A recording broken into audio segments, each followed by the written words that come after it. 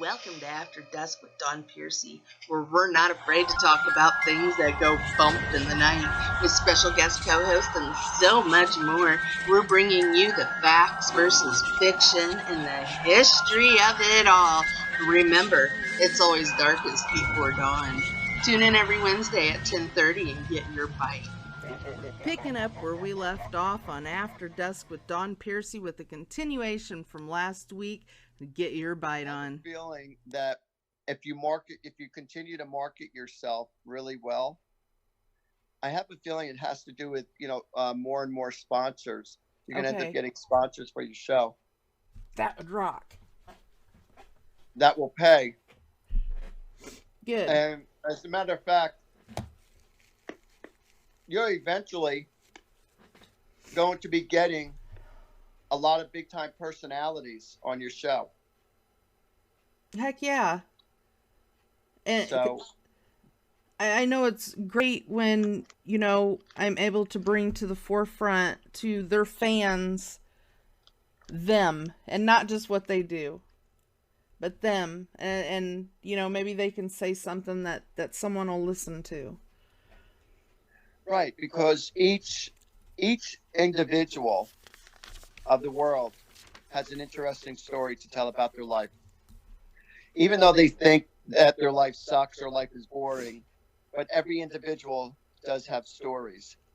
And when you talk to, I'll say, people who are more famous, and they're telling their stories, people will be interested in listening and what they have to say. Right, exactly. Absolutely. Oh, for our audience too. Where to follow Artie. I've put together, and After Dusk with Dawn is a little bit different, but I've put together a bio of Artie on the show. If you go to our platform, anewpodcast.com, click his photo, and if you don't see it on the front page, it's a new web series, and that will give you all the links provided. And you can follow him there. And if you want to purchase his books, I've placed his books there as well as all of his links. Artie, it has been. I have a lot of cool videos on my. You do. I've website. Been watching them. Oh, really? Yeah, I have. Is there any one of them that stick out more than the other? The second one from the top. I know where the place was because I watched it, but I can't think of the name. I ain't gonna lie. Okay. But I know it was the second one from the top. That's fine. I think it had to do with.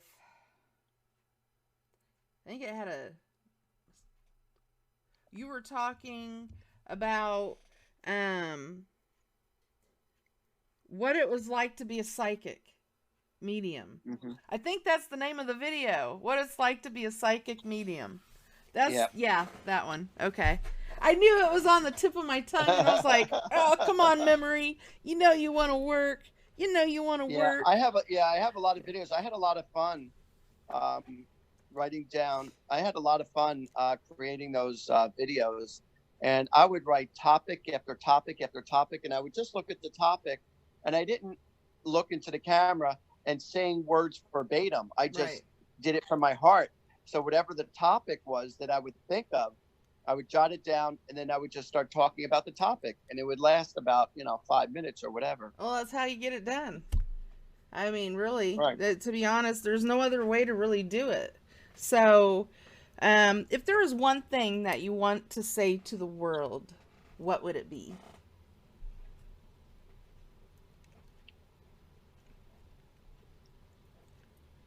That's interesting. There's too many things. If there's one thing I'd want to share with the world, you are never stuck in life. You always have an out. You're never stuck in your life. If you don't like your choices in life, you are allowed to change. You just have to be able to deal with the inconveniences of transitions in your life. But don't ever feel like you're ever stuck, because you're not. It might be an inconvenience while you have to go through from where you have to go through, but God wants nothing more than for all of us to be happy, or to be as happy as we can be while we're, under our circumstances. Amen. So if too many people allow themselves to grow comfortable in the uncomfortableness of their life, you become too accepting of lesser in your life. Yep. Rather than, it should be better, or I expect more, or I want more. And also understand, it's when it comes to your life, you are responsible for everything that's going on in your life. And if it's not, and you can't just say, well, if it's within God's will, it doesn't work like that. If it's within your will, then it will be God's will. God supports you in whatever energy that you have created in your life. And if you don't like what you have right now, you're allowed to change. Now, there's a difference between wanting and desiring. Wanting is just a thought. That's all it is. I want $1 million. I want to be in a relationship. I want to go to Hawaii. I want to own my own house. And I could say to you, all right, well, are you doing anything about it? No, but not really. Realistically, are you doing anything about it to reach your goal? Right. No. All right, so you want it, but you don't desire it. Desire is your thoughts put into action will create your reality. And you need to be very consistent in your actions to create what it is that you want. Right. Kind of like the power of intention, but actually putting it to use. Not just thinking about it, but having that desire and that passion and that drive to do something about it too. You have to move past your fears. All right? You have to think outside. You don't have to anything, actually. But if you want to get to where you say you want to be, then you need to stop accepting what is given to you, and then allow yourself to say, you know what, I might accept it just for now, but I do have a plan to go somewhere. See, if you don't like where you're at, you need a place. You need to create an island of your fantasy. You need to create something so you have something exciting to work for, to go to. But if you just keep on moving and moving and moving without a real plan or a specific place to go to or to do what, then you're always going to remain stuck. So people say, well, I might have crap, but at least I know the crap I got. So you shouldn't just, accept that, Right. But people are so afraid of change or afraid to be alone. But, allow yourself to be in love with yourself. And when I say be in love with yourself, I'm not saying that you're better than anyone. Like, I love myself, but I'm not saying I'm better than you or better than anyone else. Right. It's just a feeling of truly loving yourself and having a respect for yourself. And then others will love you and respect you at the same level that you have for yourself. Yeah, and self-acceptance. Absolutely. Absolutely. Yeah. Now, the reason why people get treated differently under different circumstances, it's because you respect yourself under different circumstances. I'll give you an example. Your family will treat you one way. Your friends will treat you another way. Mm-hmm. The people at work will treat you a different way. And and strangers will treat you a certain way. Because under each of those circumstances, you handle yourself in a different manner. That's because true. There's a lot of, it is. There's a lot of times where people are like big time managers at corporations or CEO at corporations, but when they get home, they're like a puppy dog. Their kids will walk over them, or their spouses don't even respect them, or it's like, hey, throw out the garbage. It's like, I'm the CEO of a company. I don't give a crap.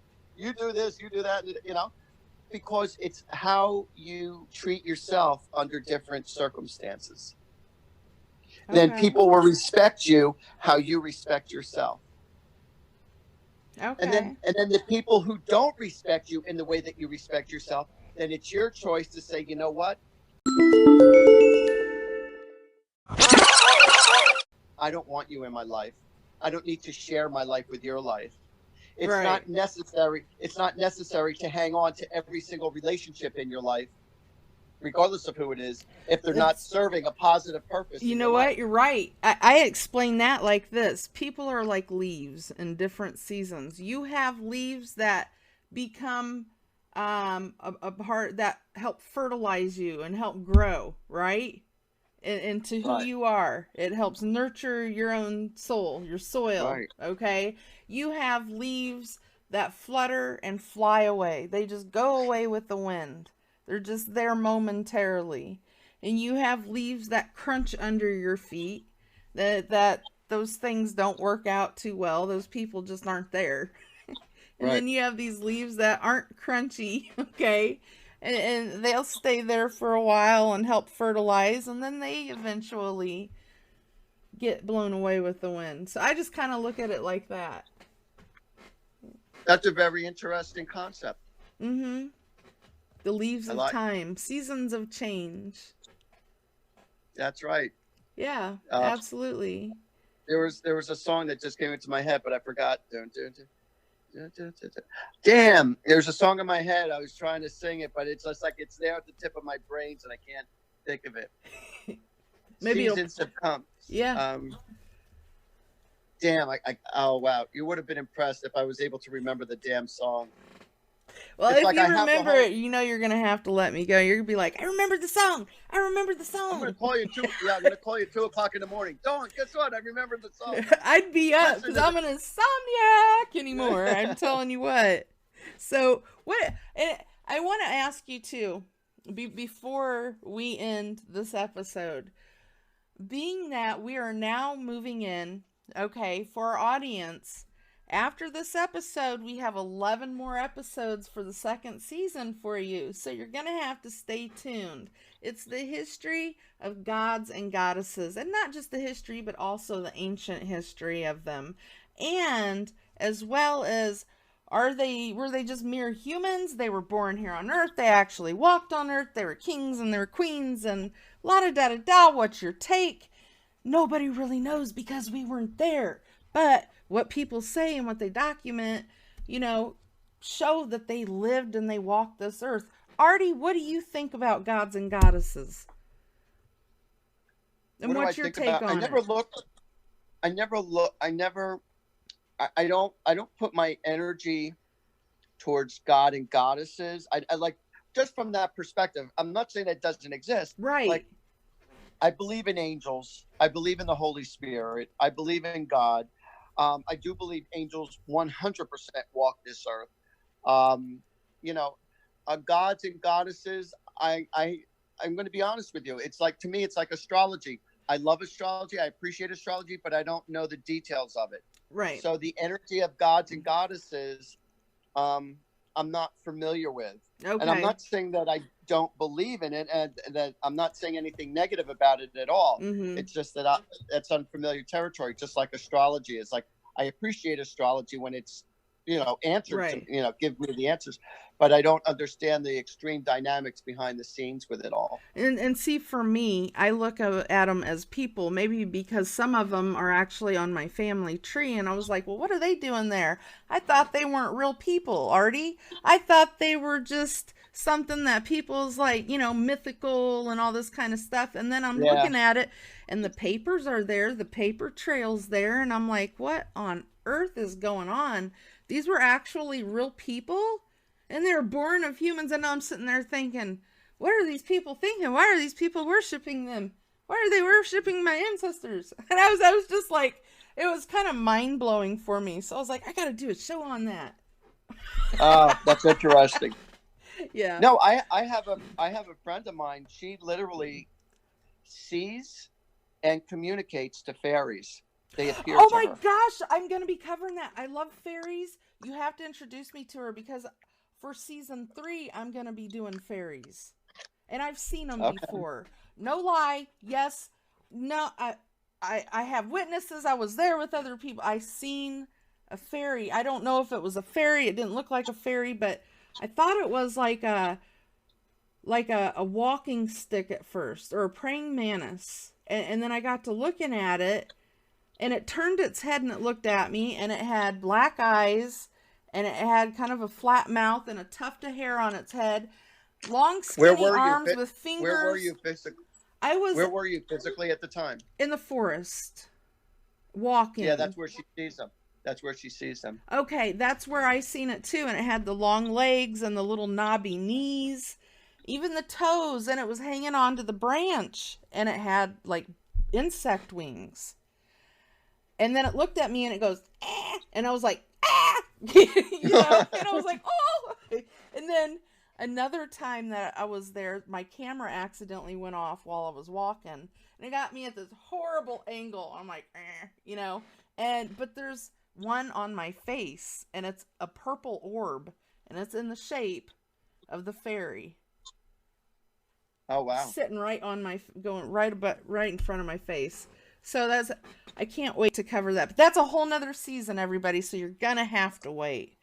But yeah, at nighttime when I drive, I see purple light on the road all the time. The purple light just appears, and the very first time I saw it, there was so much purple all over the street, and I was on a busy highway, and I saw it on the cars in the street, like beams of purple light. Yep. And I said to my wife, I said, "Oh my God, look at all the purple light! Look at all." She goes, "What are you talking about?" I go, "What do you mean? What am I talking about? There's purple lights all over the place. You don't see it?" She goes, "I can't see it." Fairies. Are you serious? And so a lot of times at nighttime, like purple lights while I'm driving, that's when I meditate mostly, believe it or not, while I'm driving. And I just get in a zone, and believe it or not, I even read for a lot of people while I'm driving, because I'm that deep into. But I never get in accidents. Like right. I don't cause people hit me, but I won't hit anybody. But yeah, but anyway, so yeah, so I see the purple light, and those are my angels letting me know that they're always around me. Nice. Once in a blue moon, I'll see it indoors, not too often, but okay. Now, Artie, has been great having you on as a special guest on After Dusk with Dawn Piercy. Now, for our audience, this is where we're not afraid to talk about things that go bump in the night. If you enjoyed this episode, be sure to like, comment, share, subscribe to keep up with all of our episodes. And if you feel fit to buy me a cup of coffee once a month or support a new podcast anyway, you can do so at our anchor.fm platform under a new podcast. This is Dawn Piercy and Artie Hoffman signing off. You're the best. Awesome. Till next time. I'm known as Artie Hoffman, the hottest psychic with the warmest heart. There you go. The hottest psychic with the warmest heart. And be sure to tune in next week and every Wednesday at 10:30 p.m. Eastern Standard Time to get your bite on After Dusk with Dawn Piercy. You rock, Dawn. Well, why, thank you, Artie. Thanks for tuning in to After Dusk with Dawn Piercy. Tune in next Wednesday at 10:30 p.m. Eastern Time to get your bite on. And if you enjoyed this episode, be sure to like, share, subscribe, and if you feel fit to buy me a cup of coffee once a month, you can do so at our anchor.fm platform under a new podcast. Until next time, keep it real.